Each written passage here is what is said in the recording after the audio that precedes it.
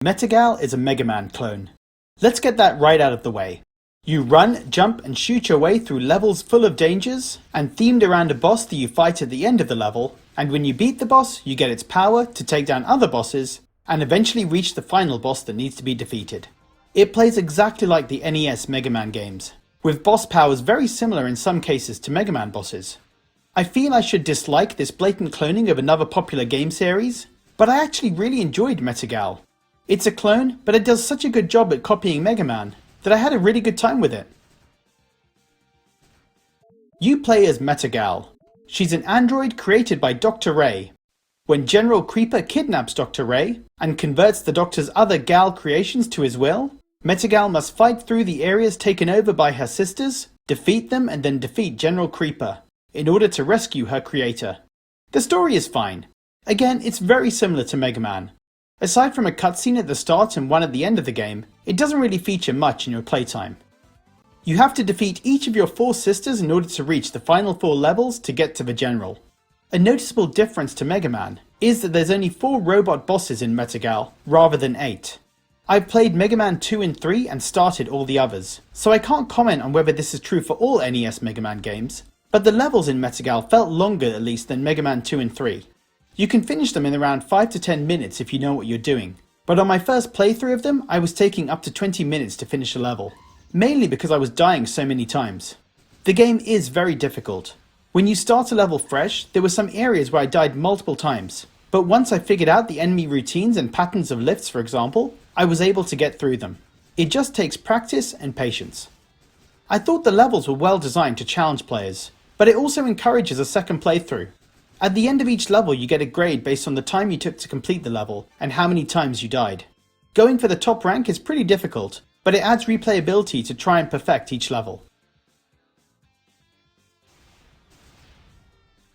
The controls felt perfect. If you played any NES Megaman games, then it feels just like that. The jump and shoot are responsive and it feels good to play. The bosses weren't especially challenging, especially once I got the green shield homing weapon. This weapon shoots homing lasers at enemies, and once I acquired this gun, all the other enemies were easy. It was only the last 2 bosses in the game that I couldn't spam homing lasers, but they weren't that hard either. I died lots of times on the levels, but for most of the bosses I killed them first time. I would have liked the bosses to pose more of a challenge, so that I would have felt like I earned the win, or at least they should have been designed so as not to be killed by the same tactic. The green shield homing laser is just one of the abilities you acquire from enemies. It was though the only one I used to actually kill enemies.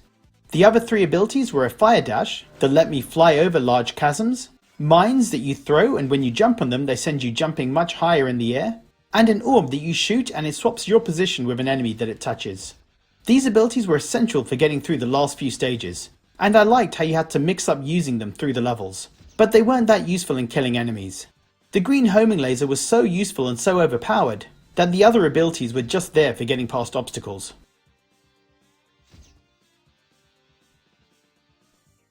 The pixel art and soundtrack were really good. Surprisingly good. The background pixel art looked amazing, as did the enemy designs, and I found myself really enjoying the music. Even when I hit a challenging area and I was getting annoyed at the game, and was dying multiple times, the music just made everything better. When I played it on release, the load times were pretty long. Around 20 to 30 seconds from dying to restarting, but it's since been patched and now it's around 10 seconds. It still feels too long compared to something like Hotline Miami where revival is instant, but it doesn't ruin the game. One annoying aspect for me is the trophies. Ratalaika have a reputation for easy and quick platinums, and this is no exception. I got the platinum before I beat the second level, and it really annoyed me.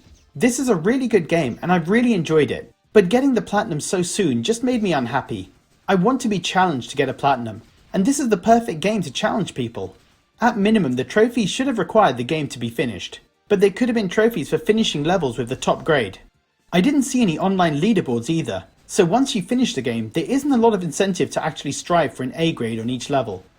METAGAL can be finished in around 3 hours, but I would have played for much longer if there were some smartly implemented trophies that pushed me to try and do better.